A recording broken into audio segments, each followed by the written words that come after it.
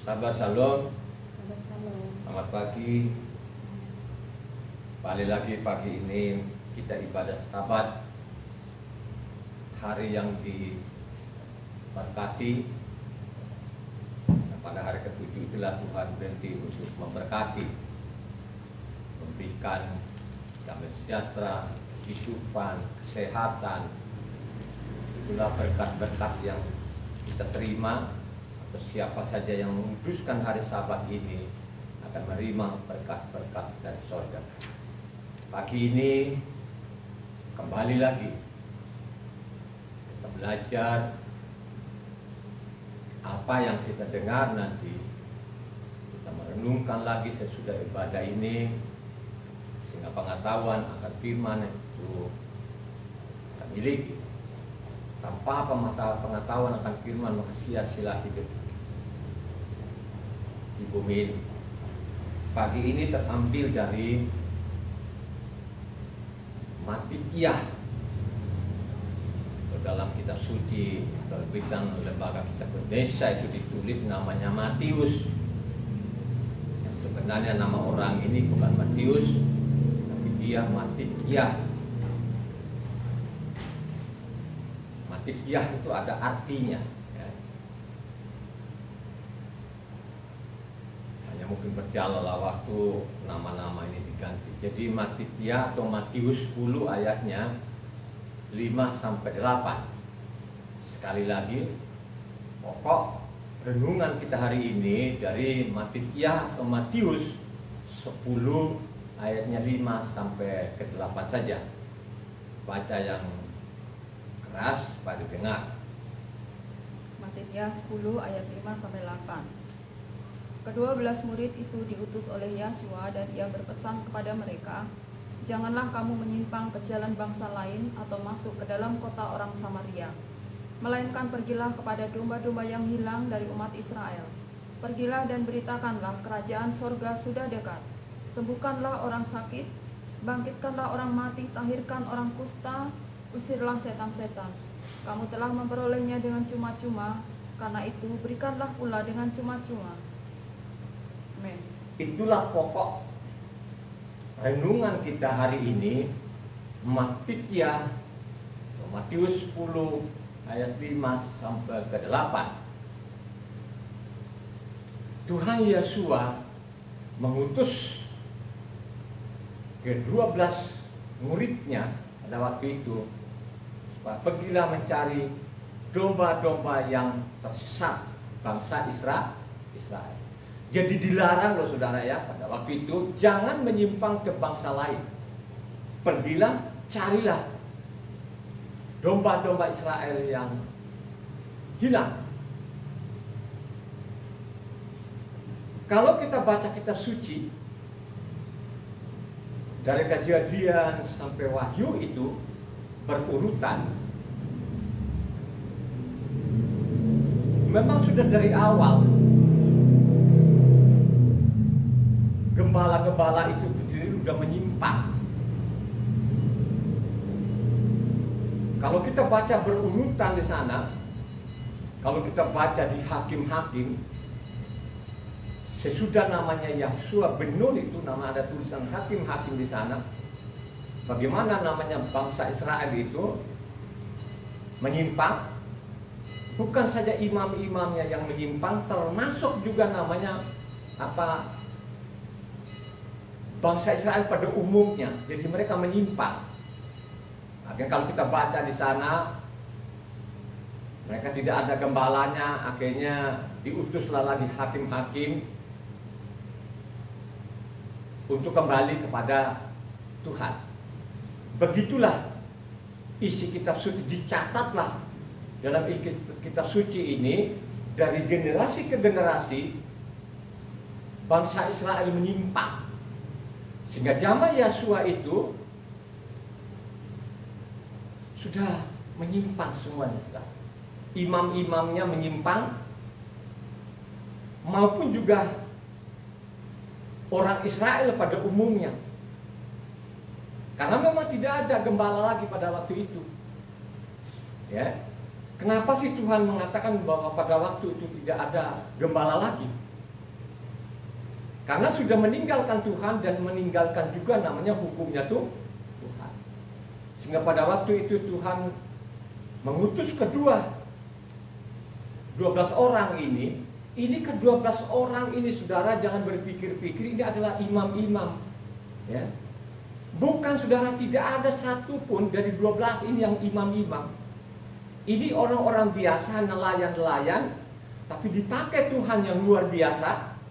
Akhirnya diutuslah mereka ini untuk mencari namanya domba-domba yang hilang, ya. Carilah domba-domba yang hilang ini, ya. Kalau kita baca lengkap namanya dari Matius sampai namanya Wahyu ini, ya, pada waktu itu tidak ada lagi namanya pemuka-pemukanya, artinya imam-imam itu yang menggembalakan namanya orang Israel dengan benar. Karena tercatat loh di sana, saudara, bahwa imam-imam ini, imam-imam sebenarnya itu loh gembala loh, saudara. Jadi mereka itu imam gembala. Kenapa saya bilang karena mereka adalah pengajar. Ya, jadi mereka itu pengajar. Ya, jadi tidak mengajar dengan benar, dengan baik.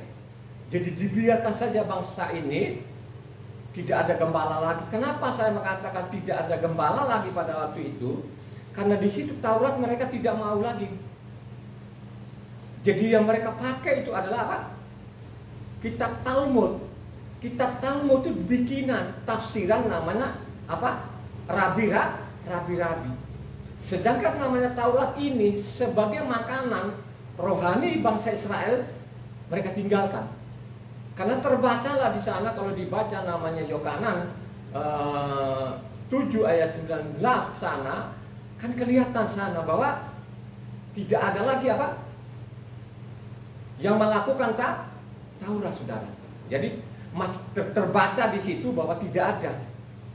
Nah, kalau sudah mereka tidak dipakai lagi Taurat, berarti kan tidak ada lagi makan rohani mereka. Jadi tidak ada lagi gembala, saudara. Ya, karena tidak dipakai lagi namanya kitab Taurat ini, sehingga mereka menyampaikan, pergilah carilah domba-domba dari Israel yang hilang. Ya. Pergilah carilah yang sakit diobati, orang mati bangkitkan. Apa yang kamu peroleh dengan cuma-cuma, berikan dengan cuma-cuma. Ya. Ini catat yang kita baca hari ini. Tapi kan berjalanlah waktu ini, menyimpang lagi gak? Sampai saya omong ini sudah tidak ada lagi. Gembala tidak ada. Kenapa saya mengatakan tidak ada lagi gembala sekarang ini? Karena tahun 70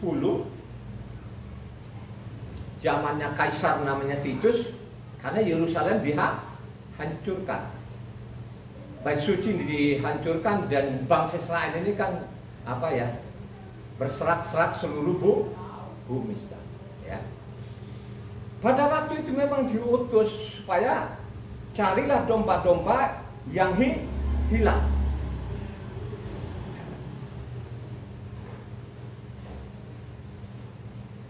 Kalau kita baca Yeskiel 34,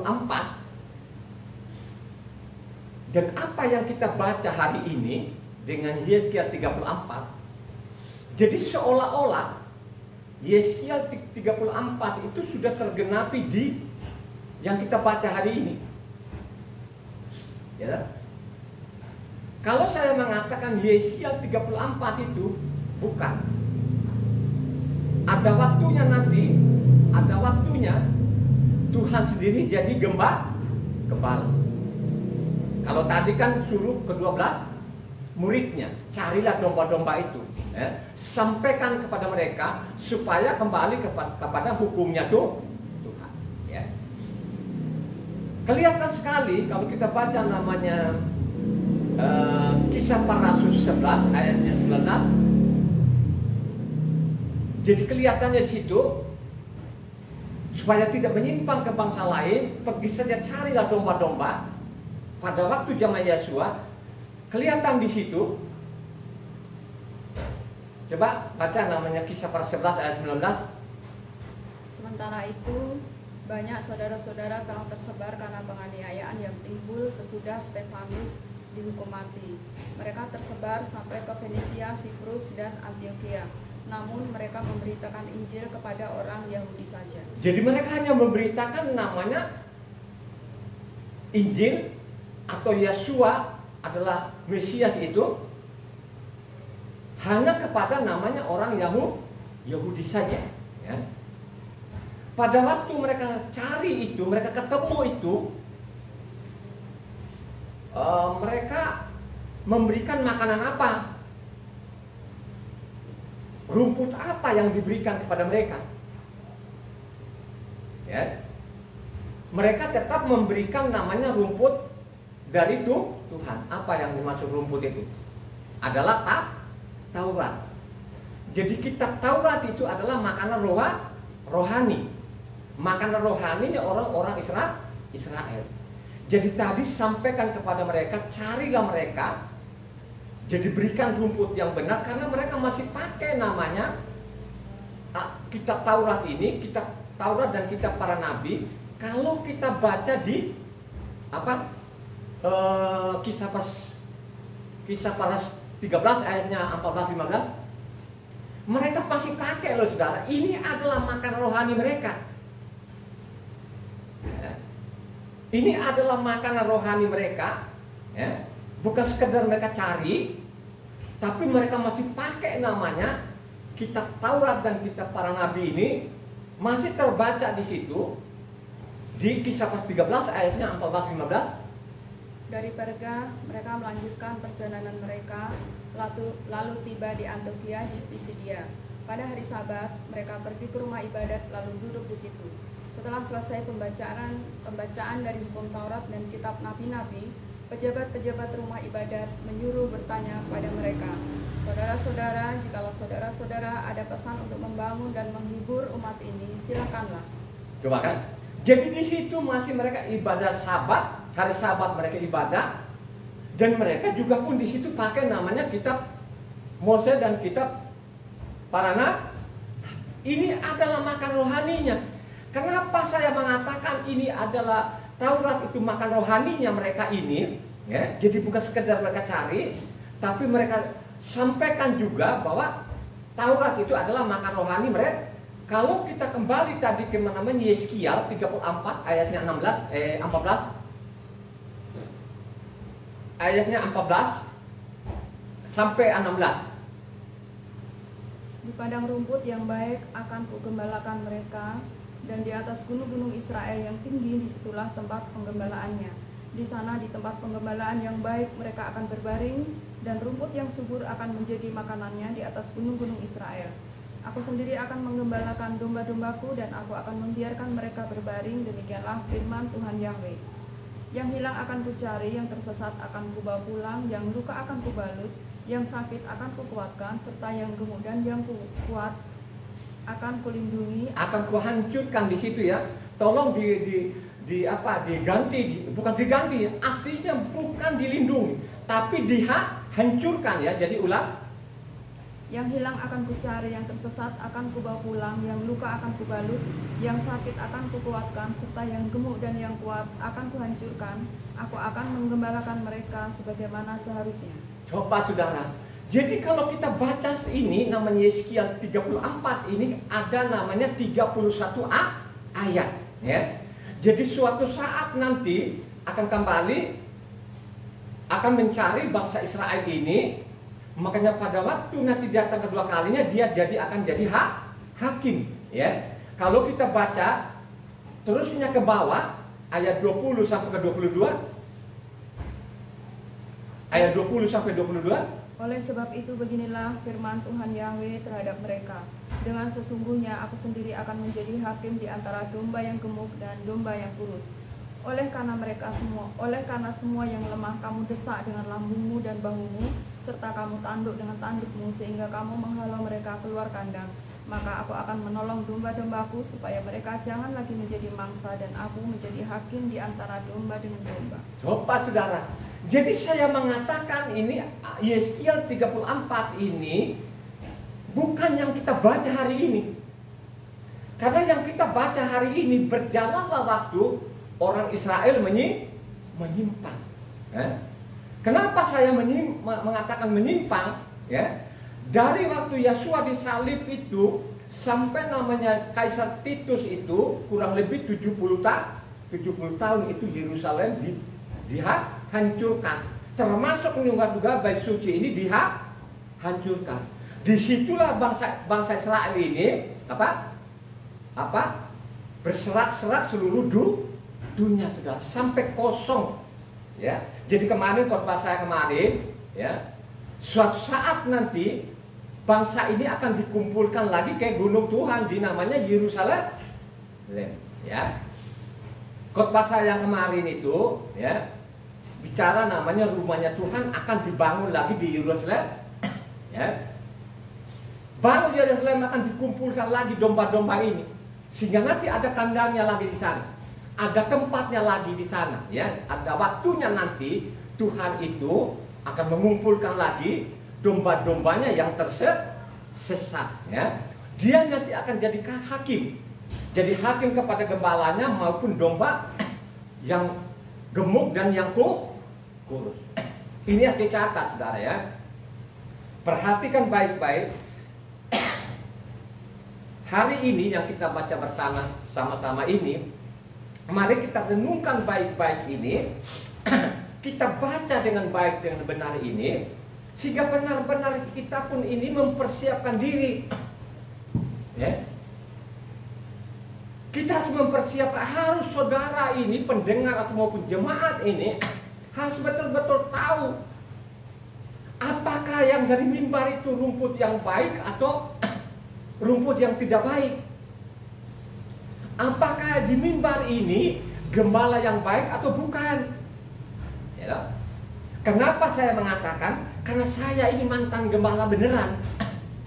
Ya. Saya ini mantan gembala beneran. Ya. Jadi saya tahu betul-betul menggembalakan namanya hewan-hewan itu.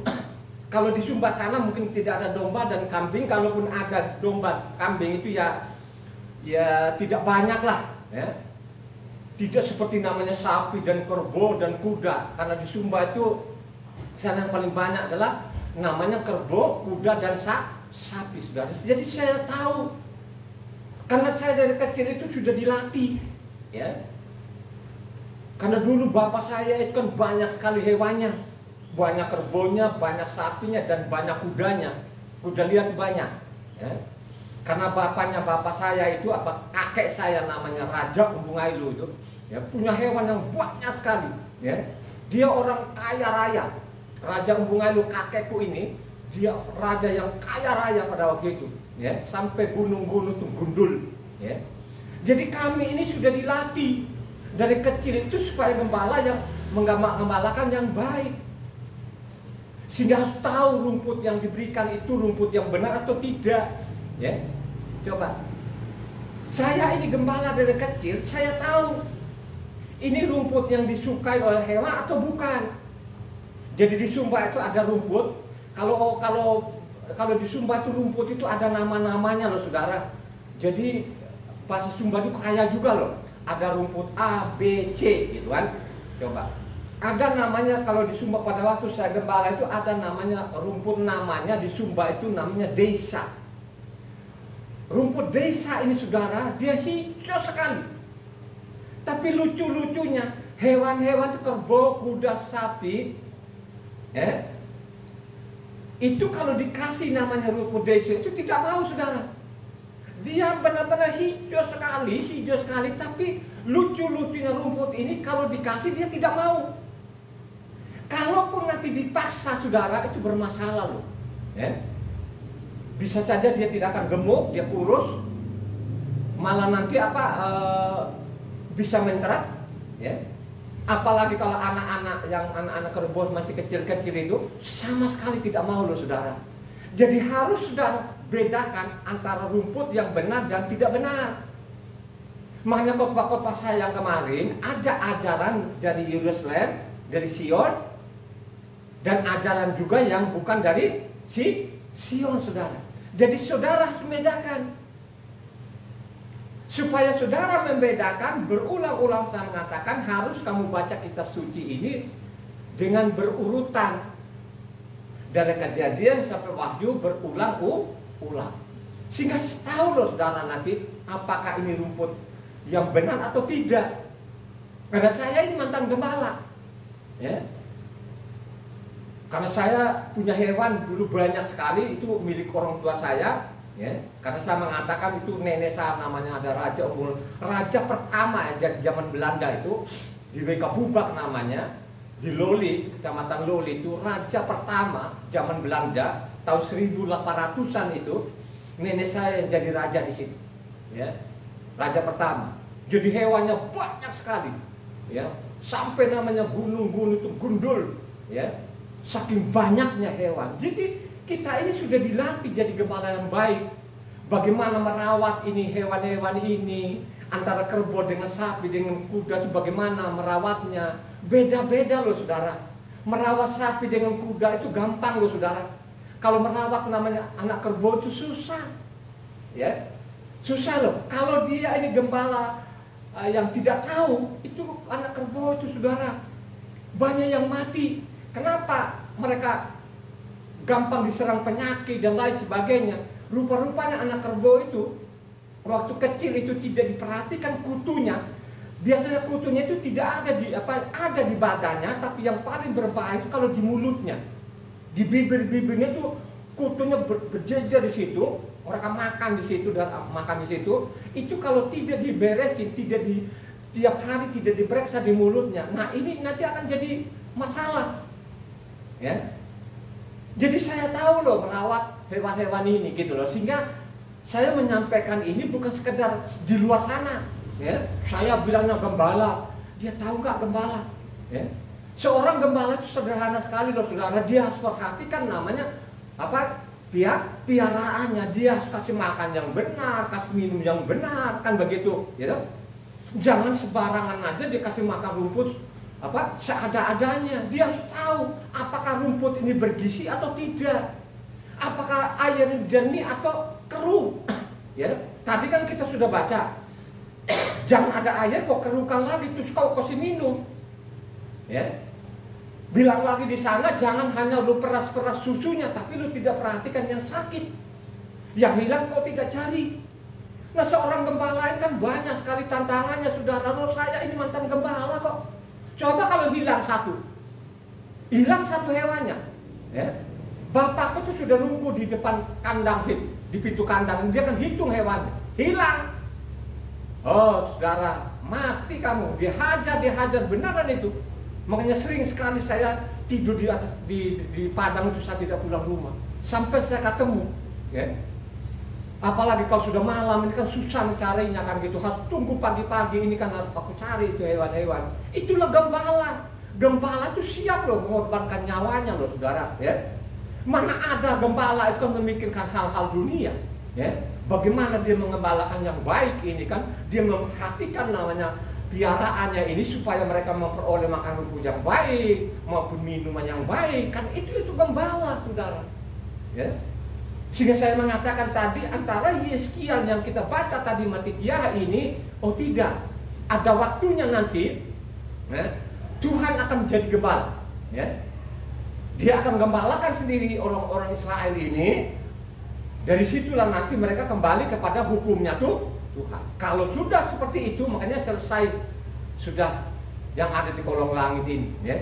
Makanya saya mengatakan orang asing ini atau yang bukan keturunan Israel, marilah kita merendahkan hati ini, kita pelajar kita suci dengan baik dan benar ini saudara. Karena saya mengatakan memang bangsa satu-satunya ini memang dibedakan, ya. Memang dibedakan. Mau terima tidak terima itu faktanya, ya. Coba kan, sekarang kita lihat saja orang Israel, apakah ada sama nggak orang-orang Israel? Tidak ada. Malah ini namanya hukumnya Tuhan, mereka bilang ya sudah batalkan saudara, ya. Ya. Kalau kita baca tadi sudah dibaca Kisah Para 21 sendiri pun, kalau kita baca 15 sampai 26 di sana, mereka pasti pakai namanya apa? Kitab Taurat dan kitab para nabi, sehingga mereka zaman itu mereka kembali lagi kepada hukumnya tuh, itulah makanan rohani mereka. Itulah yang dikatakan tadi rumput yang hijau, makanan yang bergizi, saudara. Gitu? Karena tercatatlah tadi ini Kisah para Rasul 13 ayat 14-15 maupun juga Kisah para Rasul 21 15 sampai ke 26 di sana, saudara. Ya. Jadi mereka kembali lagi kepada hukumnya Tuhan.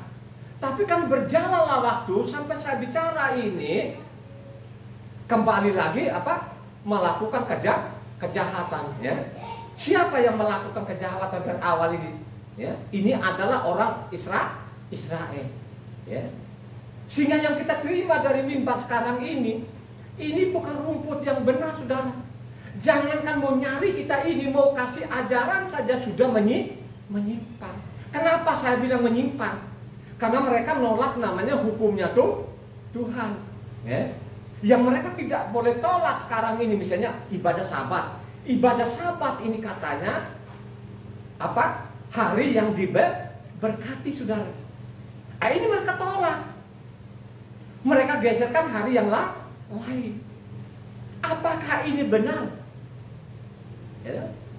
Jangankan mau nyari, mau kasih ajaran saja pun sudah Nah, kalau sudah jadi menyimpang seperti itu, akibatnya apa? Ya? Akibatnya apa? Akan jadi racun, saudara. Ya. Ini memang bangsa satu ini memang sudah berulang-ulang kali saya mengatakan memang dibedakan, karena tadi dia bilang jangan menyimpang ke bangsa lain. Pergilah carilah domba-domba Israel, kan gitu. Jangan menyimpang ke bangsa lain. Sembuhkan yang sakit, bangkitkan orang mati. Kamu sudah terima dengan cuma-cuma, berikanlah dengan cuma-cuma. Ya. Kenapa saya mengatakan ini? Karena memang dari awal ini bangsa ini memang sudah dipilih menjadi bangsa kesayangannya. Coba satu orang, Keluaran 19 ayat 5. Ini bangsa kesayangan loh, makanya suruh carilah mereka ini, kawan. Jadi sekarang jika kamu sungguh-sungguh mendengarkan firman-Ku dan berpegang pada perjanjian-Ku, maka kamu akan menjadi harta kesayangan-Ku sendiri dari antara segala bangsa, sebab Akulah yang mempunyai seluruh bumi. Itulah yang tadi, pergilah carilah mereka ini. Karena tadi bilang, kalau kamu benar-benar memperhatikan firman-Ku, mencintai akan Taurat-Ku, menjadikan makanan yang bergizi, maka aku akan jadi anak kesayangan. Ulangan 14 ayatnya 2.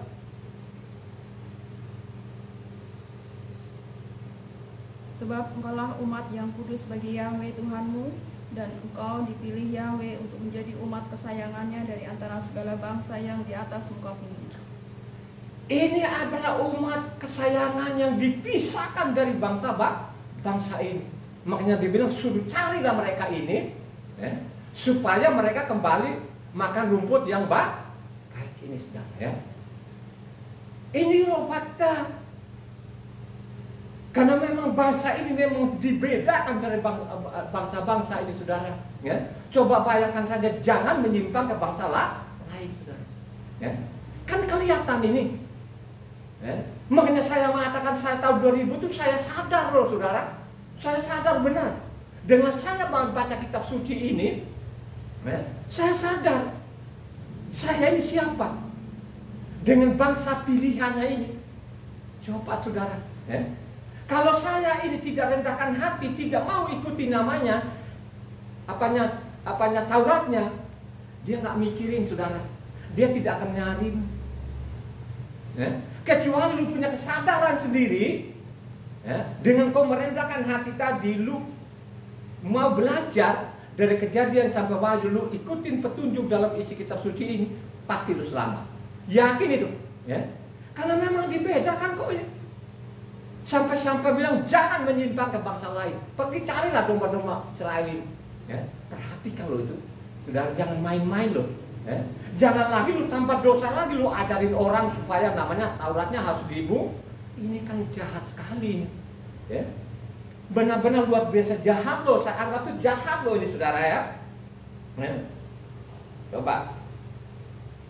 Taurat ini Makan rohani mereka atau rumputnya mereka orang Israel ini adalah namanya kitabnya Mose itu saudara, itu dimeteraikan dengan darah saudara. Jadi kitabnya Mose ini dimeteraikan dengan darah. Ya, perhatikan baik-baik ini. Jangan sekali-sekali orang bilang bahwa Taurat itu sudah dibatalkan, terus lu mau pakai makan, terus makan apa? Kalau lu mana Taurat ini sudah dibatalkan, terus makan apa? Ini kan jadi racun jadinya nanti ini. Kalau itu tidak ada lagi Taurat, kalau bilang sudah dibatalkan, ini kan berbahaya loh saudara. Ya. Akan mati sia-sia.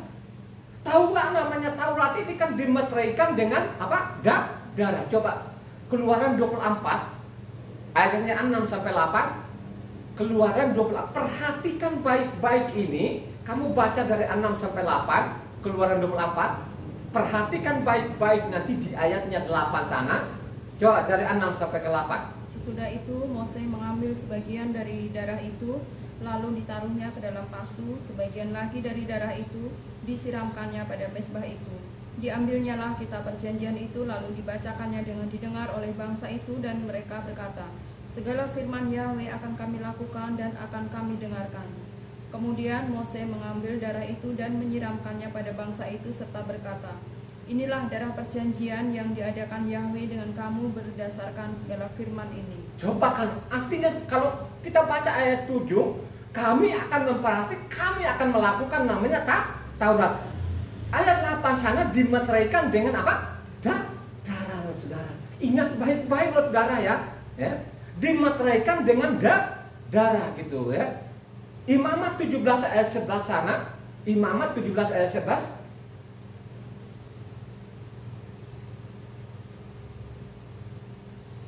Imamat 17 ayat 11. Karena nyawa makhluk ada di dalam darahnya, dan aku telah memberikan darah itu kepadamu di atas mezbah untuk mengadakan pendamaian bagi nyawamu, karena darah mengadakan pendamaian dengan perantaraan nyawa. Saudara, ya.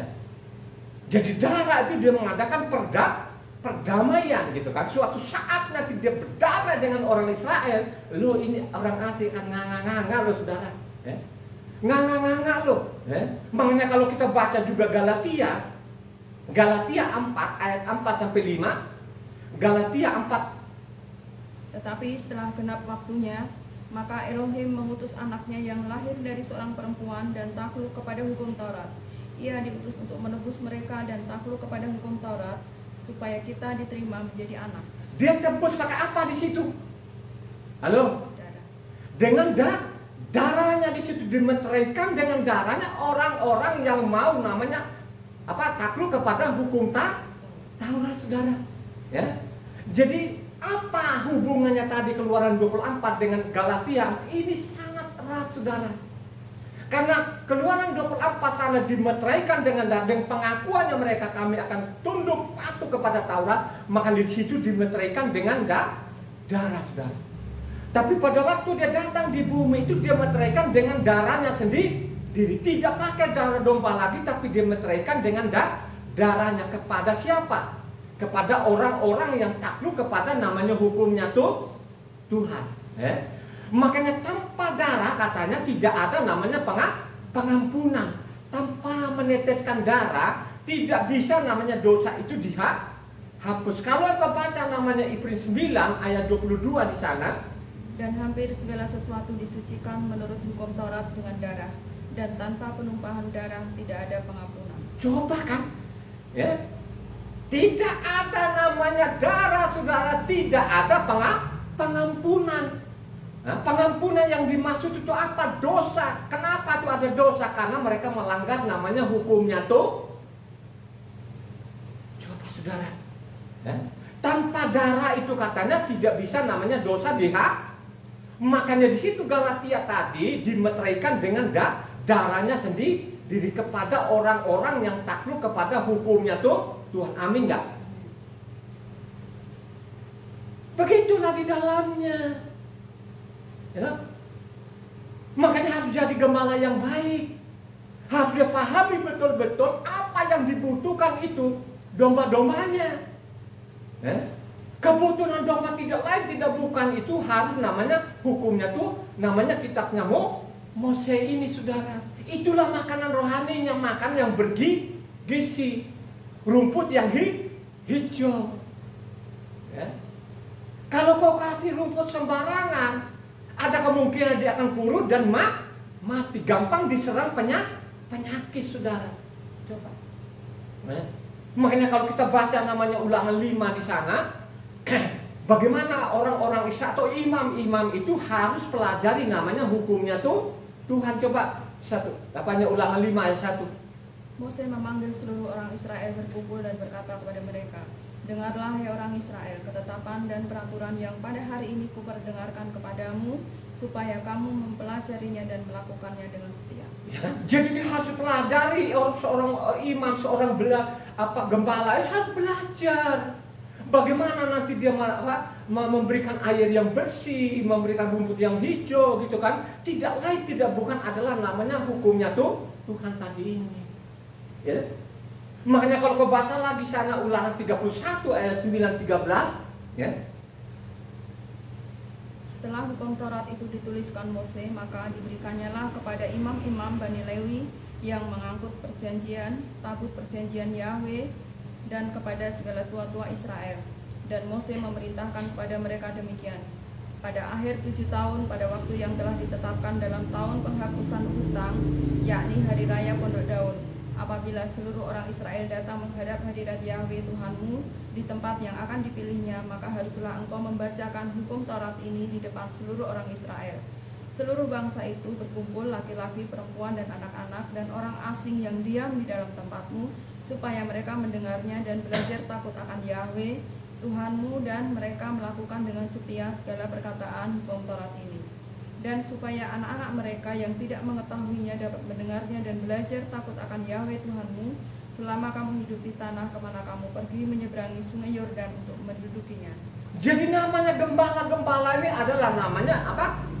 Imam itu saudara. Jadi ya ada yang membantu mereka namanya tua-tua ini. Kalau kita dudukin tadi, kedudukan namanya tadi nelayan itu sebagai imam atau sebagai tua-tua? Halo, mereka sebagai apa? Sebagai tua atau yang mereka sebut di dalam isi kitab suci lembaga kitab Indonesia Penatua ini tidak bisa namanya menggeser namanya kedudukan namanya imam ini, tapi tua-tua ini punya pengalaman, pengalaman dalam peperangan, pengalaman dalam kebenaran. Mereka juga ini penasehat. Tua-tua ini penasehat raja maupun penasehat kepada imam ini saudara. Makanya zaman Yosua itu karena imam-imamnya tadi ini mereka berontak. Mereka mengejar-ngejar namanya Yosua untuk dibunuh. Makanya dipakailah nama nelayan-nelayan ini sebagai tua memperingatkan ke bangsa Israel supaya kembali kepada hukumnya tuh. Amin gak tuh? Itulah yang dimaksud tadi kepada tua-tua ada 12 orang itu, pergilah carilah domba-domba yang hilang. Jangan menyimpang ke bangsa lain. Coba kan, jangan menyimpang ke bangsa lain. Hati-hati loh saudara. Jadi Tuhan sudah tahu ini bangsa-bangsa ini menyimpang juga. Kenapa saya bilang ini bangsa-bangsa ini tidak boleh menyimpang ke bangsa lain? Karena di sana sudah ada pasalnya. Bangsa-bangsa itu sudah ada kekang dalam mulutnya, mereka tetap namanya sesat. Ya, berulang-ulang kali saya mengatakan Mazmur 147 ayat 20 maupun Yesaya 30 ayat 28 saudara. Nah, ini yang jadi persoalan. Karena namanya Mazmur 147 maupun Yesaya 30 sana dia tidak akan pernah berubah untuk bangsa-bangsa ini. Dan memang nyatalah sampai saat ini ya, mereka robah-robah hukum Tuhan. Ya, termasuk juga namanya hari-hari ibadah ini mereka ganti. Ya, ini kan fatal sekali. Ya. Ini tidak mendapat pengajaran yang benar. Bagaimana mereka mengklaim dirinya mereka adalah gembala? Ya. Coba kan. Apalagi Jakarta ini namanya, lihat ada hewannya di sini, lihat saja sapi pun udah mungkin dia nggak pernah lihat itu sapinya kayak apa, kerbonya itu kayak apa, kuda itu kayak apa, kan? Coba saudara renungkan ini, ya. Dia materaikan dengan darahnya sendiri.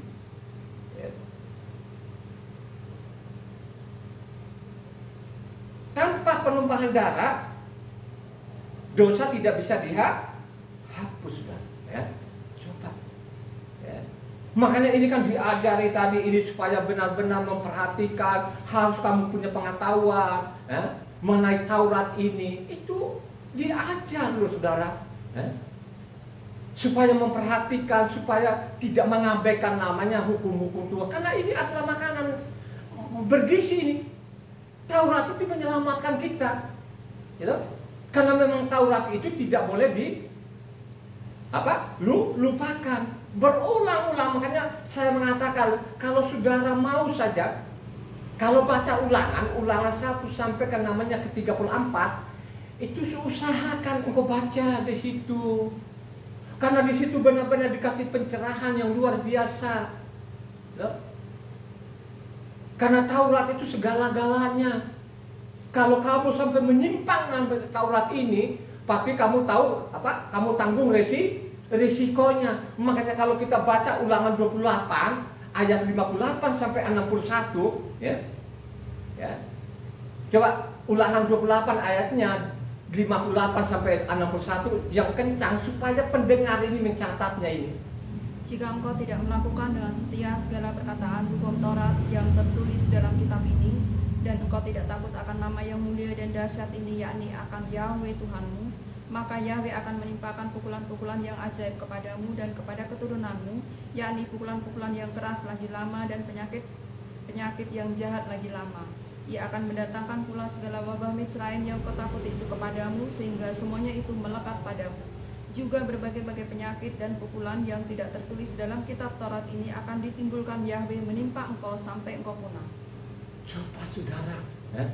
Kalau kau menyimpang dalam Taurat ini, ada makanya tadi aku akan datang suatu saat, aku datang, aku mencari domba yang hilang, yang sakit, aku akan obati, saudara. Ya. Kenapa mereka sakit? Karena disalah memberikan makan yang tidak benar, saudara. Ya. Makanya saya mengatakan rumput itu tidak semua hewan itu makan. Ada yang mereka makan, ada yang mereka tidak makan. Mereka tahu loh. Coba, mereka tahu betul-betul rumput itu. Ya. Coba deh sekarang kalau kuda, namanya apa? Itu ubi jalar. Ubi jalar tahu nggak? Kalau bahasa Indonesia apa ya? Petatas atau apa ya? Ubi jalar lah ya. Coba ubi jalar itu, kalau apanya, umbinya kan dimakan. Kita kalau di sayur juga apanya, daun-daunnya kan enak juga kan? Coba saudara ambil itu ubi jalar tadi, yang batang-batangnya kasih kuda. Kalau kasih sama sapi dengan kerbau, dilahap sekali mereka, suka sekali itu. Tapi kalau kasih dengan kuda juga lahap banget, suka banget itu dia makan. Tapi apa?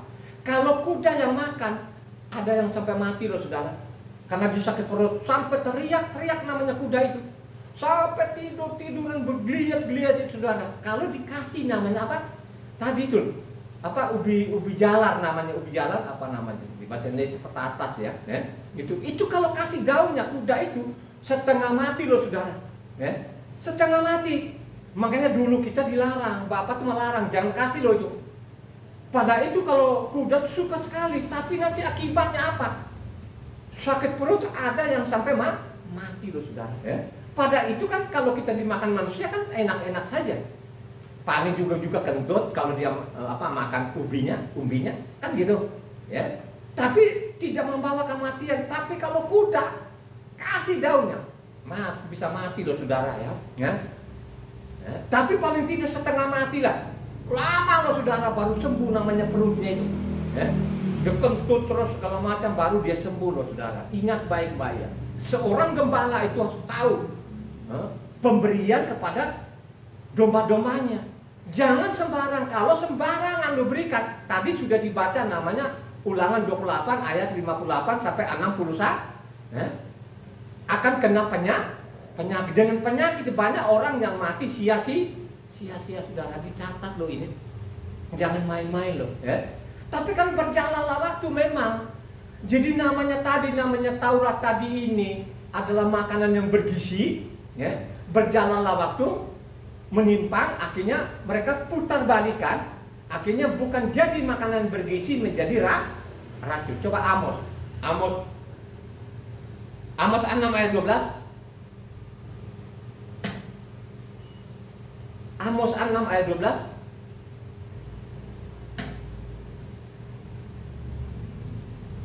Berlarikah kuda-kuda di atas bukit batu atau di bajak orangkah laut dengan lembu? Sungguh kamu telah mengubah keadilan menjadi racun dan hasil kebenaran menjadi ibu. Coba kan, yang sebenarnya Taurat ini adalah makanan bergizi yang menjamin kita hidup. Tapi kalau kok ada yang tidak sesuai namanya Taurat, saudara, tadi kan kita sudah baca. Kalau kamu tidak sesuai namanya apa tertulis di dalamnya, pasti kenapanya mati kelaparan, mati karena perang, ya? Sudah ada di dalamnya. Akibat daripada namanya apa? Kebenaran tadi jadi ipuh, ya, jadi racun. Ya.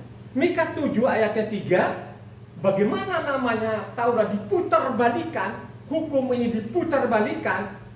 Coba Mika 7 ayat 3. Tangan mereka sudah cekatan berbuat jahat.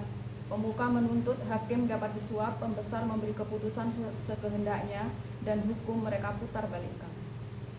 Jadi mereka putar balikan. Karena mereka putar balikan tadi, kebenaran jadi racun tadi. Akhirnya apa? Zaman raja-raja, saudara, ada kelaparan sampai luar biasa kelaparannya. Kelaparannya luar biasa loh, saudara. Sampai mau cari makan saja pun susah, saudara. Coba 2 Raja-Raja 4 ayatnya 38-41. 2 Raja-Raja 4 38-41. Akibat namanya memutar balikan namanya Taurat hukum ini, akhirnya apa? Banyak orang yang mati konyol, karena tidak ada makan. Coba. Elisa kembali ke Gilgal pada waktu ada kelaparan di negeri itu, dan ketika pada suatu kali rombongan nabi duduk di depannya, berkatalah ia kepada bujangnya, taruhlah kuali yang paling besar di atas api dan masaklah sesuatu makanan bagi rombongan nabi itu. Lalu keluarlah seorang dari mereka ke ladang untuk mengumpulkan sayur-sayuran. Ia menemui pohon sulur-suluran liar dan memetik daripadanya labu liar serangkul penuh dalam jubahnya. Sesudah ia pulang, teruslah ia mengiris-irisnya ke dalam kuali masakan tadi, sebab mereka tidak mengenalnya.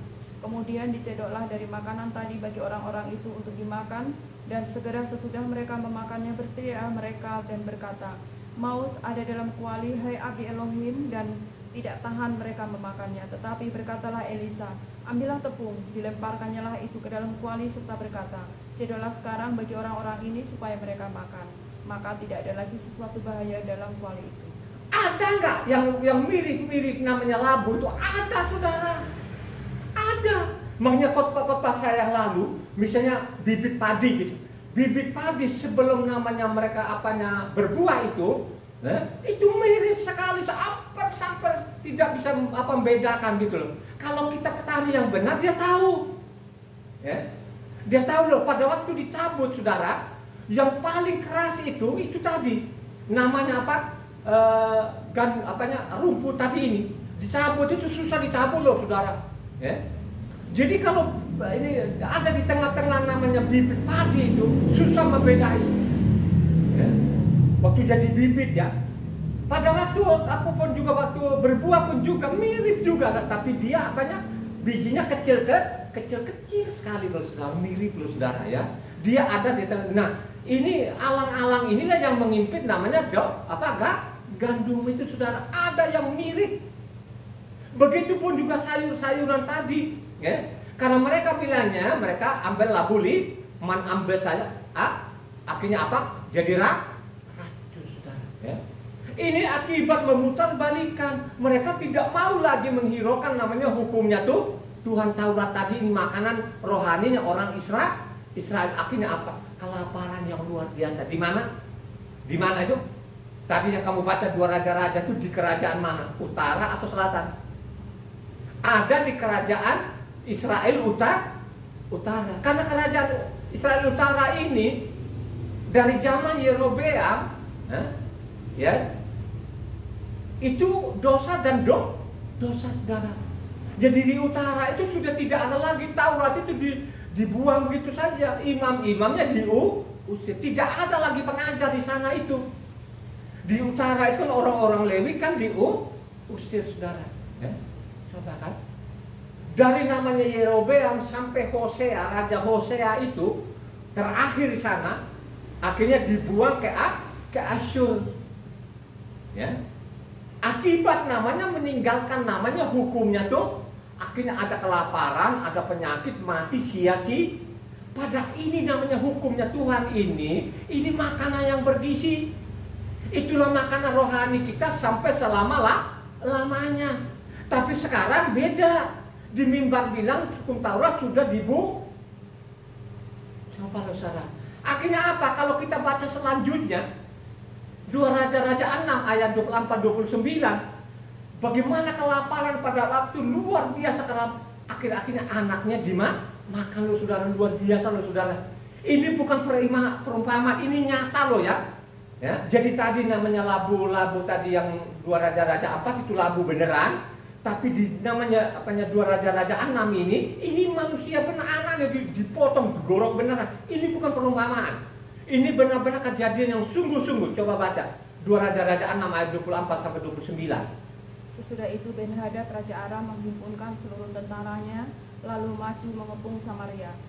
Maka terjadilah kelaparan hebat di Samaria selama mereka mengepungnya, sehingga sebuah kepala keledai berharga 80 sikal perak dan 1/4 kap tahi merpati berharga 5 sikal perak. Suatu kali ketika Raja Israel berjalan di atas tembok, datanglah seorang perempuan mengadukan halnya kepada Raja sambil berseru, "Tolonglah ya Tuanku Raja." Jawabnya, "Jika Yahweh tidak menolong engkau, dengan apakah aku dapat menolong engkau? Dengan hasil pengirikankah atau hasil pemerasan anggur?" Kemudian bertanyalah Raja kepadanya, "Ada apa?" Jawab perempuan itu, "Perempuan ini berkata kepadaku, berilah anakmu laki-laki supaya kita makan dia pada hari ini, dan besok akan kita makan anakku laki-laki. Jadi kami memasak anakku dan memakan dia. Tapi ketika aku berkata kepadanya pada hari berikutnya, berilah anakmu supaya kita makan dia, maka perempuan itu menyembunyikan anaknya." Coba saudara, ini bukan perumpamaan, ini benar-benar nyata. Pada waktu itu ada kelaparan yang luar biasa di kerajaan Israel utara. Kenapa ada kelaparan, kematian yang mengerikan di sana? Karena mereka membuang namanya hukum Taurat ini. Termasuk juga imam-imam diusir dari utara. Akhirnya mereka kembali ke Yerusalem, kerajaan Israel selatan saudara. Akibatnya saudara, sampai anaknya kalau saya sekarang, biarpun nggak makan, nggak mungkin ibu anak saya gorok. Atau anak saya ini nggak mungkin saya gorong, mendingan saya mati aja. Ya? Coba kan, sampai anak-anaknya ini digorong. Apakah diperingatkan nggak bangsa Israel itu? Kalau engkau baca namanya Imamat 26 di sana, ya, itu di sana pasti lo ketemu nanti. Karena di Imamat 26 itu ada namanya berkat dan kutuk saudara ya. Jadi ada namanya berkat dan kutuk. Ya, jadi kalau kau baca namanya berkat itu 1 sampai ke 13 ya. Jadi dari 14 sampai 46 itu namanya pasti kamu ketemu di situ. Kalau kamu meninggalkan Taurat, pasti nanti akan ada kelaparan sampai anakmu akan kau makan. Ini sudah diperingatkan bahwa namanya Taurat itu adalah makanan yang bergizi, luar biasa bergizi. Makanya kata Daud itu, Tauratmu itu lebih segalaga lebih manis dari madu. Kalau kau baca Mazmur 19 di sana ayatnya 7 sampai 11 ya, supaya pendengar lagi mencatat lagi ini bahwa namanya makan rohani kita itu adalah namanya hukumnya atau Tauratnya Tuhan ini. Ini adalah makanan rohani kita sampai selama abadi namanya. Coba baca. Taurat Yahweh itu sempurna, menyegarkan jiwa. Peraturan Yahweh itu teguh, memberikan hikmat kepada orang yang tak berpengalaman. Titah Yahweh tepat menyukakan hati. Perintah Yahweh itu murni, membuat mata bercahaya. Takut akan Yahweh itu suci, tetap ada untuk selamanya. Hukum-hukum Yahweh itu benar, adil semuanya. Lebih indah daripada emas, bahkan daripada banyak emas tua. Dan lebih manis daripada madu, bahkan daripada madu tetesan dari sarang lebah. Lagi pula hambamu ini diperingatkan oleh semuanya itu, dan orang yang berpegang padanya mendapat upah yang besar. Coba saudara, kalau kau pegang ini kau dapat upah yang besar sekali. Kalau anggap namanya Taurat itu lebih manis daripada namanya madu, lebih bergizi. Sekarang terbalik saudara. Diajarin kita ini supaya kita tinggalkan Taurat. Sudah dibatalkan. Kalau lu sudah batalkan Taurat terus pakai apa? Karena namanya dari Matitia itu Matius sampai Wahyu itu tidak ada namanya apa? Ibadah baru tidak ada. Ya? Malah ditekankan itu bahwa Tauratlah hati engkau selamat. Hukum yang pertama itu dan hukum yang kedua. Hukum pertama itu dari 1 Keluaran 20 ayatnya 1 sampai ke 11. Ya. Jadi 12 sampai 17 itu ada namanya hukum kedua. Itu yang dimaksud di dalamnya. Itu abadi. Itu makanan yang bergizi, makan rohani. Nah kalau kau abaikan yang begini gimana? Ya? Coba kan. Jadi penyimpangan dari penyimpangan ini dari dulu sampai sekarang ini. Yang sebenarnya tadi itu kamu memperoleh dengan cuma-cuma, berikan dari cuma-cuma. Karena bangsa Israel ini sendiri pun ini imam-imam mulailah menyimpang. Tidak puas juga namanya apa? Dari perpuluhan tadi mulailah mereka apa? Terima apa? Upah itu. Coba Mika 3 ayat 5. Beginilah firman Tuhan Yahweh terhadap para nabi yang menyesatkan bangsaku, yang apabila mereka mendapat sesuatu untuk dikunyah, maka mereka menyerukan damai. Tetapi terhadap orang yang tidak memberi sesuatu ke dalam mulut mereka, maka mereka menyatakan perang. Menyimpang, saudara. Mulailah menyimpang ini. Coba kan, kalau ada saja yang dikunyah, katanya berkat. Kalau mereka tidak dapat yang dikunyah, bilangnya perang. Tapi kalau kita baca itu zaman-zaman Elia, zaman Elisa, kalau mereka jadi kaya raya di utara sana itu, ya, coba kan, mereka tidak mau terima upah saudara. Tugas mereka itu memperingatkan raja, tugas nabi itu, karena dia adalah penyambung lidah Tuhan, ya, jadi memperingatkan nabi maupun imam kepada namanya bangsa Israel pada umum. Tugasnya mereka tidak mau loh saudara. Kalau Elisa itu mau saja terima dari namanya Raja Aram itu dia sudah kaya lah. Coba pada waktu Naaman itu saudara disembuhkan sakit kusta. Kalau ini misalnya Elisa saja terima tadi ini kekayaan kaya raya, nggak ada kelaparan. Coba artinya apa? Gehasi dia terima dari apa? Naam. Akhirnya penyakit kustanya Naaman pindah kepada. Coba saudara, ayat 11 tadi, ayat 11. Para kepalanya memutuskan hukum karena suap, para imamnya memberi pengajaran karena bayaran, para nabinya menenung karena uang, padahal mereka bersandar pada Yahweh dengan berkata, bukankah Yahweh ada di tengah-tengah kita, tidak akan datang malapetaka menimpa kita. Coba kan, jadi Mika 3 ayat 11 tadi, itu namanya pemimpin pemuka yang menyimpang. Imam-imamnya terima apa? Bayaran maupun juga nabi-nabinya saudara. Jadi inilah menyimpang sampai zaman Yesua tidak ada lagi gembala. Karena ini kalaupun ada pada waktu itu zaman apa? Yesua itu sudah namanya apa? Imam-imam bayaran saudara. Makanya mereka disebut namanya apa? Hamba uang. Luka 16 ayat 14. Semuanya itu didengar oleh orang-orang Farisi, hamba-hamba uang itu, dan mereka mencemoohkan dia. Coba kan, jadi lihat kan ini hamba-hamba uang ini, coba, ya. Jadi mereka sudah tak mau lagi, pokoknya kalau tidak ada uang, tidak akan mereka urus lagi saudara. Bagaimana mau mereka urus pada waktu itu? Taurat mereka sudah buat, mereka namanya pakai buku tafsiran. Nah, buku tafsiran inilah yang bikin menghancurkan segala-galanya. Begitulah sampai saat ini kan, banyak sekali buku tafsiran-tafsiran itulah yang menghancurkan. Buku tafsiran itu saudara mengajak orang sekian melawan namanya perintah Tuhan.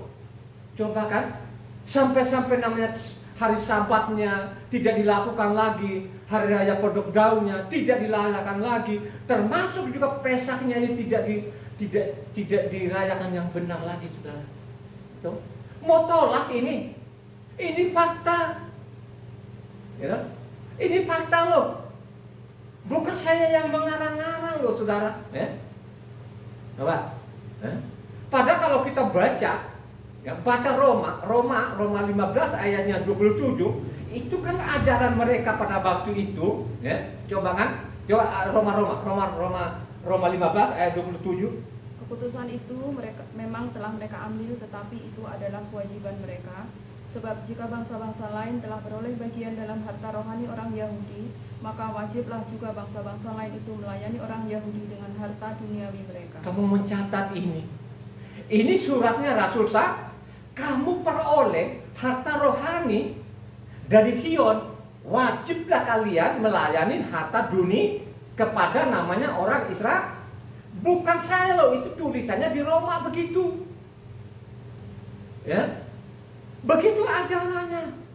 Nggak ada ajaran sana pungut sana, bayar sini, bayar sana, tidak ada. Karena sesuai tadi firman Tuhan yang kita baca tadi Matius 5 ayat 10 ayatnya. Ya. 5-8 tadi, kamu memperoleh namanya cuma-cuma, berikanlah cuma-cuma.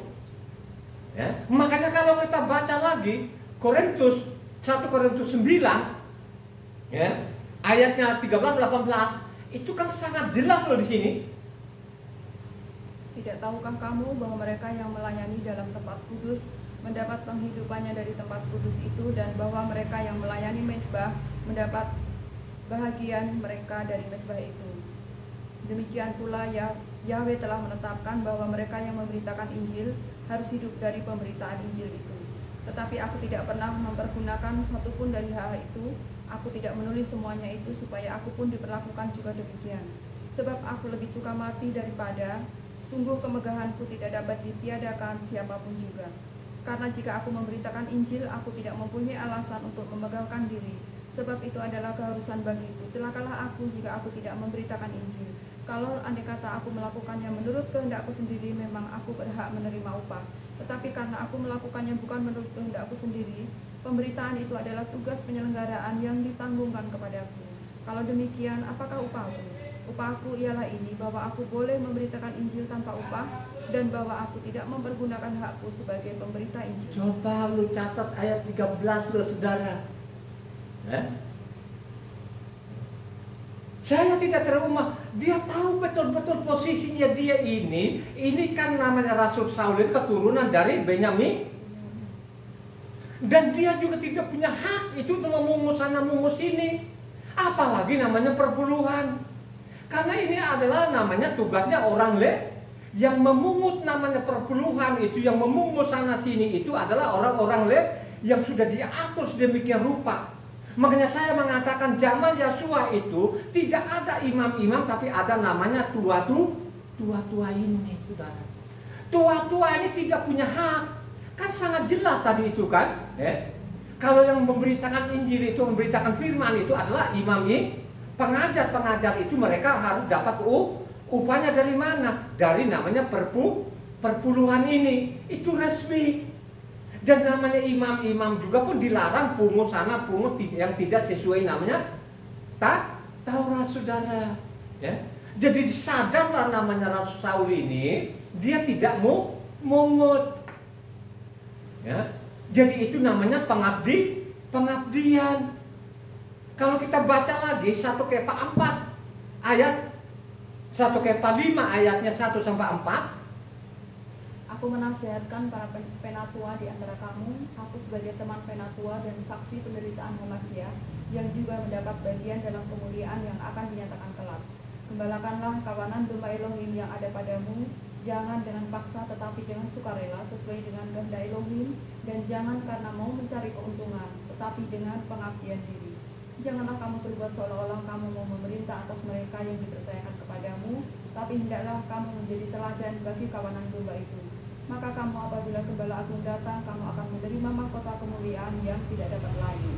Coba kan, suatu saat nanti Gembala Agung, siapa Gembala Agung kita? Adalah Yahweh Shua atau Yashua. Dia adalah Gembala Agung, saudara. Dialah gembala yang baik. Suatu saat nanti dia akan gembalakan lagi namanya Israel itu.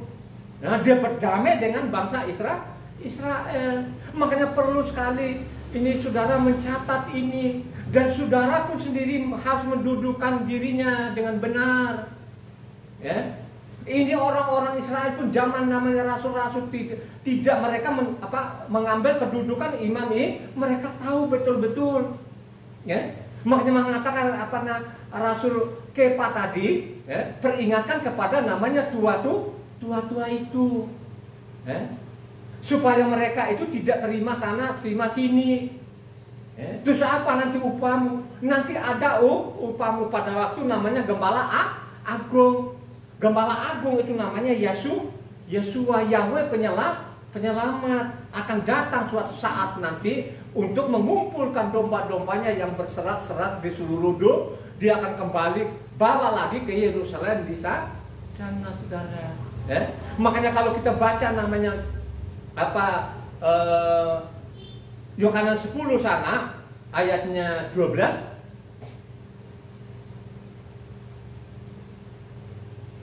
Sedangkan seorang upahan yang bukan gembala dan yang bukan pemilik domba-domba itu sendiri, ketika melihat serigala datang meninggalkan domba-domba itu lalu lari, sehingga serigala itu menerkam dan mencerai-beraikan domba-domba itu. Coba saudara, sekarang ini ada apa? Gembala upahan sudah diupah, tambah lagi pengajaran yang tidak baik, mengajarkan orang loh saudara. Ini fakta loh, bukan saya mengarang-arang. Di mimbar-mimbar sekarang itu Taurat sudah dibaca. Terus kalau dibacakan Taurat pakai apa? Terus makanannya itu domba-dombamu apa? Ya? Coba kan, akhirnya apa? Banyak orang yang mati kok konyol. Coba kan, mati konyol loh saudara. Yang paling parah lagi pada waktu mati, datang lagi mau saudara. Saya sampai elus-elus dada. Ya? Bukan dia bertanya dalam dirinya, kenapa sih orang mati begini? Kalau dia matinya itu 70 sampai 80 tahun, sudah firmannya begitu. 70 kalau kuat 80 tahun. Ini adalah permintaannya siapa? Permintaannya siapa? Mose. Kalau engkau baca namanya Mazmur 90 di sana, ya, umur manusia itu 70, kalau kuat 80 tahun. Tapi kalau orang masih kecil, orang masih muda belia, terus dia mati, lu bertanya dulu, jangan lu mintalah lu terima lagi namanya persembahan. Coba kan ini kan luar biasa loh saudara. Tadi kan katanya pengabdi dilarang namanya mungut-mungut, karena yang memungut ini bukan mereka. Yang memungut itu adalah imam ini. Coba saudara, akhirnya zaman kita sekarang ini, apalagi yang mau diterima dari mimbar? Penyimpangan demi penyimpangan, pemberontakan demi pemberontakan, itu yang terjadi. Ya? Coba kan, kalau kisah namanya kisah para 20 ayat 35 kan sangat jelas juga di situ. Ya? Ini terakhir loh, pelayanan nama Rasul Saul memperingatkan lagi bahwa lebih baik itu menerima daripada memberi daripada menerima. Coba ayatnya 35, kisah para 20 ayat 35. Atau dari 34 sampai 35. Kamu sendiri tahu bahwa dengan tanganku sendiri aku telah bekerja untuk memenuhi keperluanku dan keperluan kawan-kawan seperjalananku. Dalam segala sesuatu telah aku berikan contoh kepada kamu bahwa dengan bekerja demikian kita harus membantu orang-orang yang lemah dan harus mengingat perkataan Tuhan Yesus, sebab ia sendiri telah mengatakan adalah lebih berbahagia memberi daripada menerima. Coba kan, tadi dia bilang pergilah cari domba-domba. Apa yang kamu peroleh ini daripadaku, dengan cuma berikan juga cuma. Sekarang yang terjadi luar biasa. Pergi kunjung orang sakit, terima juga amplop. Coba kan, mestinya lu prihatin dong. Tolak aja. Ada orang mati, bukan lu prihatin, malah namanya lu terima lagi persembahan. Luar biasa loh saudara. Dari mana dasarmu apa? Karena tidak ada. Mestinya lu berenung itu. Seorang gembala itu saudara harus bertanggung jawab, ya? Supaya domba-dombanya itu tidak kurul, supaya domba-dombanya itu tidak mati. Kan dia harus perhatikan. Makanya dia bilang yang sakit harus diobati, ya?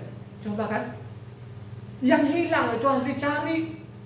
Boro-boro kita dicari, dikasih makan aja kasih makan racun. Akhirnya banyak orang yang mati konyol. Fakta loh saudara, ya? Makanya saya mengatakan zaman corona, gembala-gembala itu kabur, ngumpet semua. Siapa yang tidak ngumpet seluruh dunia? Di situ dia perlihatkan Tuhan luar biasa kan. Dikasih namanya Sampar itu, ya? Apakah Sampar ini sudah dinubuatkan enggak? Ya? Kalau kau baca namanya Luka di sana, ya? Coba kan, akhir zaman kayak apa itu sudah diberitakan sana, bahwa nanti ada peperangan, ada Sampar nanti. Itulah Sampar yang kita saksikan sampai saat ini pun mungkin Sampar ini belum lenyap. Coba kan, pada waktu Sampar apa? Pendeta-pendetanya kabur, termasuk juga pendetanya kena juga loh saudara. Kena. Karena itu tadi, karena mereka namanya menantang namanya hukumnya tuh Tuhan. Mereka tidak mau lagi namanya Taurat ini. Mereka bilang Tauratnya sudah dibatalkan. Akhirnya mereka batalkan hukum Taurat. Mereka ganti semua, nama Tuhan berganti, hari ibadah ganti, semua diganti. Termasuk nama-nama orang saudara. Ini adalah kejahatan, ya? Makanya saya mengatakan, hei ke orang Indonesia, ini kitab ini bukan lu salin langsung dari Sion. Dari Sion ini sudah ke generasi ke generasi, dari bangsa ke bangsa diterjemahkan. Jadi penyimpangan dari penyimpangan masuklah Indonesia. Masuk di Indonesia ini tidak ada yang mengoreksi lagi sampai saat ini. Coba kan? Makanya saya mengatakan kita ini terima dari namanya King James sekarang itu sudah sadar kesalahannya. Tapi dia tidak merevisi semuanya. Hanya dia merevisi sana nama Tuhan, nah, dengan gelarnya. Dengan nama Yesus tadi Jiset, dia kembalikan namanya Yesua saudara. Sedangkan yang lain-lain dibiarkan saja, termasuk nama-nama orang ini, ya. Penatua ini sekarang ini yang 12 orang ini berganti nama. Bayangkan saja yang paling parah ini namanya Yakob jadi namanya James. Kurang ajar sekali ini, ya? Ini siapa ini yang melakukan ini? Dan tidak ada yang bertanya juga sampai saat ini. Gitu? Coba lihat saja kan kitab King James ini yang kita terima kan disalin dari King James ini, ya? Coba kan yang menulis pada waktu itu yang salin dari itu adalah namanya Abdul Musi ini, orang Muslim ini. Dan sampai saat ini, ya, makanya berganti nama semua. Coba kan, namanya Mose jadi Musa. Coba kan, jadi namanya dulu namanya Yohanan, dulu namanya Yahya, sekarang diganti lagi namanya Yohanes. Apakah ini benar?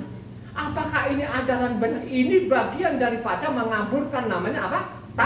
Taurat. Makanan yang pergi, yang menjamin kita hidup ini kalau kita ikuti namanya hukumnya tuh Tuhan yang dikatakan tadi Ulangan 28 ayat 58 sana, kalau kamu tidak ikuti sesuai tertulis ini, pasti kamu bermasalah, saudara. Tapi tetap saja manusia ini mengabaikan, ya? Makanya saya bilang kalau kau komentar, lu baca lengkap, lu nonton khotbah ini sampai selesai, sehingga kau catat nanti pasal dan ayat, sehingga kau renungkan. Nah, kalau kau renungkan itu, kalau kau mengamalkan katanya firman Tuhan, paling engkau selamat. Kepada bangsa-bangsa, bangsa manapun, orang manapun yang mengamalkan, yang mencintai namanya hukumnya Tuhan akan selamat. Kisah para Rasul berapa? 10 ayatnya berapa? 35.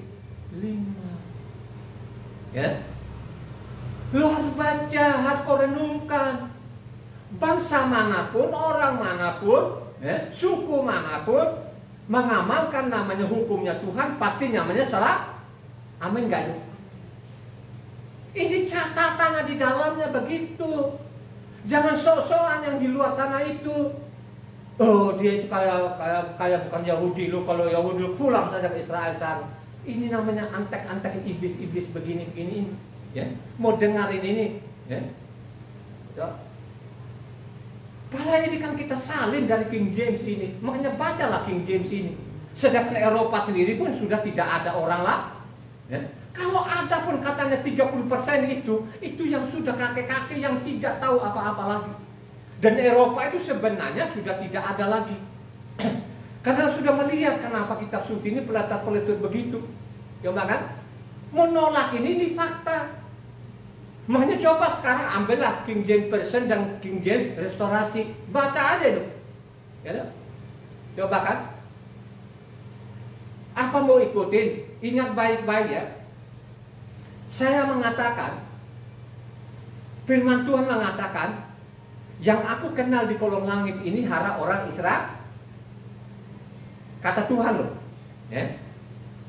Kenapa sih kata itu? Apakah memang tidak kenal kita? Mustahil dong. Pasti dia kenal dong. Tapi kenapa kata ini mengatakan hanya kamu yang ku kenal? Maka aku akan hukum saudara ya. Tapi hukumannya mereka ini, saya telusuri kitab suci ini yang sudah 180 kali, ya, saya baca sudah 180 kali dari Kejadian sampai Wahyu selama 23 tahun. Memang hukumannya mereka tuh beda. Ya, dihukum tapi masih diingat, dihukum masih dicari. Kalau kita ini tidak ketemu di dalamnya, tidak ketemu dong, yakin tidak ketemu saudara. Kita ini dipotong, kita ini kan ditempel, ya katanya, kata Roma 11 gitu, kita ini ditempel, tapi bertentangan akarnya, bertentangan dengan Tauratnya, kamu dipotong dan dibunuh. Tidak ada lagi nanti diambil lagi, ditaruh, ditempel lagi, tidak ada. Hanya sekali kamu ditempel, bertentangan, kamu tidak anggap dasarnya adalah namanya Taurat, kamu dipotong dan dibunuh. Ini ditulis di Roma. Baca saja Roma 11 itu. Supaya lengkap itu baca saja Roma 11 itu. Pasti nanti kamu ketemu di situ. Yakin betul-betul. Dan kalau kamu baca Roma 11, pasti orang asing akan sadar. Yakin betul-betul akan sadar. Karena di situ ada perbedaannya. Ya? Israel tadi yang dipotong diambil lagi dikembalikan ke aslinya. Sedangkan cabang liar tadi yang ditempelkan dibuang dilemparkan ke api. Coba kan? Akan nanti semua Israel diselamatkan. Kata penuh di Roh, ini adalah suratnya Rasul Saul. Ya. Coba. Jadi Amos 3 ayat 1 sampai 3 mengatakan apa? Amos 3 ayat 1 sampai 3. Dengarlah firman ini yang diucapkan Yahweh tentang kamu, hai orang Israel, tentang segenap kaum yang telah kutuntun keluar dari tanah Misraim. Bunyinya, hanya kamu yang kukenal dari segala kaum di muka bumi, sebab aku akan menghukum kamu karena segala kesalahanmu. Berjalankah dua orang bersama-sama jika mereka belum berjanji? Coba kan? Jadi hanya kamu yang saya kenal di kolong lah. Makanya kamu saya hukum. Ingat baik-baik. Kata namanya Yakub juga, Yakub 3 ayat 1 di sana mengatakan, jangan orang berebutan jadi guru. Jadi guru itu kamu salah mengajar orang, kamu salah menggembalakan domba, dihukum 2 kali di Pak Yakub 3 ayat 1. Saudara-saudaraku, janganlah banyak orang di antara kamu mau menjadi guru, sebab kita tahu bahwa sebagai guru kita akan dihakimi menurut ukuran yang lebih berat. Ingat baik-baik ya. Kamu jangan sembarangan naik ke mimbar, mengaku-ngakunya saya gembala. Ya. Suatu saat nanti kau dari mimbar mengajarkan yang tidak sesuai namanya isi kitab suci, akan kau dihukum seberat-beratnya. Hukumannya 2 kali lipat loh saudara. Kamu betul-betul nanti dihukum seberat-beratnya. Siapa saja dari mimbar yang mengatakan itu Taurat sudah dibatalkan itu saudara, itu akan dihukum seberat-beratnya. Nah, ingat baik-baik. Hukumannya nanti dulu dari rumahnya dulu katanya. Dia dari rumahnya dulu katanya dia hukum. Kalau sudah dari rumahnya dulu, apa? Dia hukum. Bagaimana namanya orang-orang fasik? Baca 1 Kefa 4 ayatnya 17-18. Karena sekarang telah tiba saatnya penghakiman dimulai pada rumah Elohim sendiri yang harus pertama-tama dihakimi. Dan jika penghakiman itu dimulai pada kita, bagaimanakah kesudahannya dengan mereka yang tidak percaya pada Injil Elohim? Dan jika orang benar hampir-hampir tidak diselamatkan, apakah yang akan terjadi dengan orang fasik dan orang berdosa? Coba saudara, ya, bagaimana namanya orang fasik dan orang berdosa? Berdosa itu kalau kau tolak namanya Taurat itu sudah dibatal, itu dosa kekal itu. Saya mau beritahukan, saya mau peringatkan kepada siapapun engkau, jemaat maupun pendengar di luar sana, engkau tidak bertobat, engkau tidak kembali kepada hukumnya Tuhan, engkau tidak mencintai namanya hukum Tuhan itu, awas, ada ancamannya yang begitu berat. Jadi saya ulangkan lagi ini, saya datang itu bukan meniadakan Taurat 1 iota. Ingat ya, ini harus dicatat baik-baik ini, siapapun engkau, jemaah maupun pendengar, aku datang itu bukan meniadakan Taurat 1 iota. Baca saja namanya Matitia 5 ayatnya 17-20.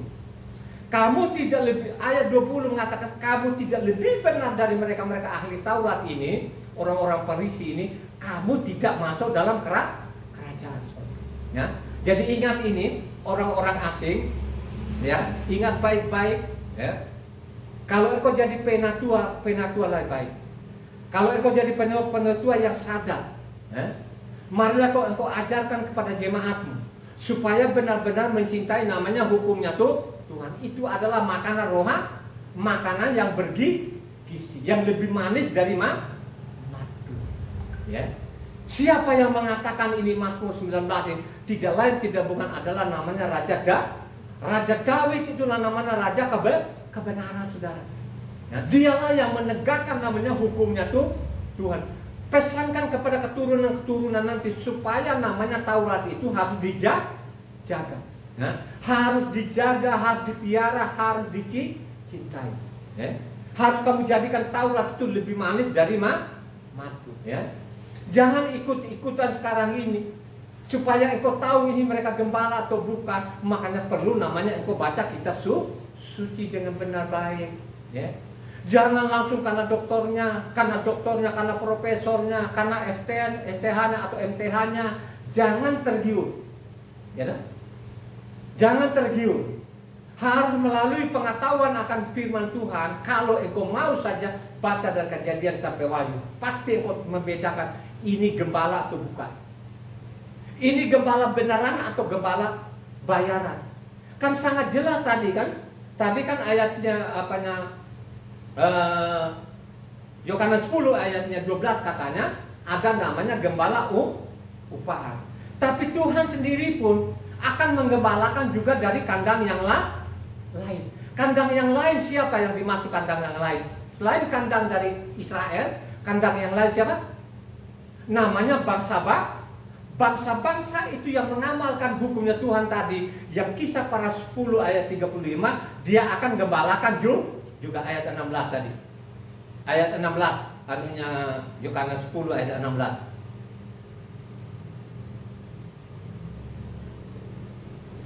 Ada lagi padaku domba-domba yang lain yang bukan dari kandang ini.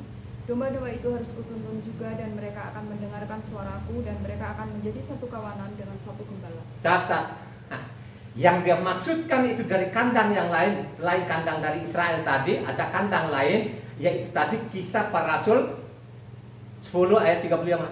Ulang lagi lah, baca kencang sebagai penutup. Ya, Kisah Para 10 ayat 35. Ini yang dimaksud ini akan menuntun juga dari kandang yang lain. Siapa ini mereka itu? Baca. Saul dan Barnabas tinggal beberapa lama di Kisah Para 10 ayat 35. Kisah Para Rasul 10 ayat 35. Setiap orang dari bangsa manapun yang takut akan dia dan yang mengamalkan kebenaran berkenan kepadanya. Dari bangsa manapun, dari suku manapun, dari orang manapun, yang mengamalkan akan Taurat Tuhan, yang mencintai akan Tuhan, yang mencintai akan Tauratnya akan akan digembala juga nanti pada waktu jadi gembala yang agung kita adalah Yesua. Amin ya. Mari kita. Haleluya.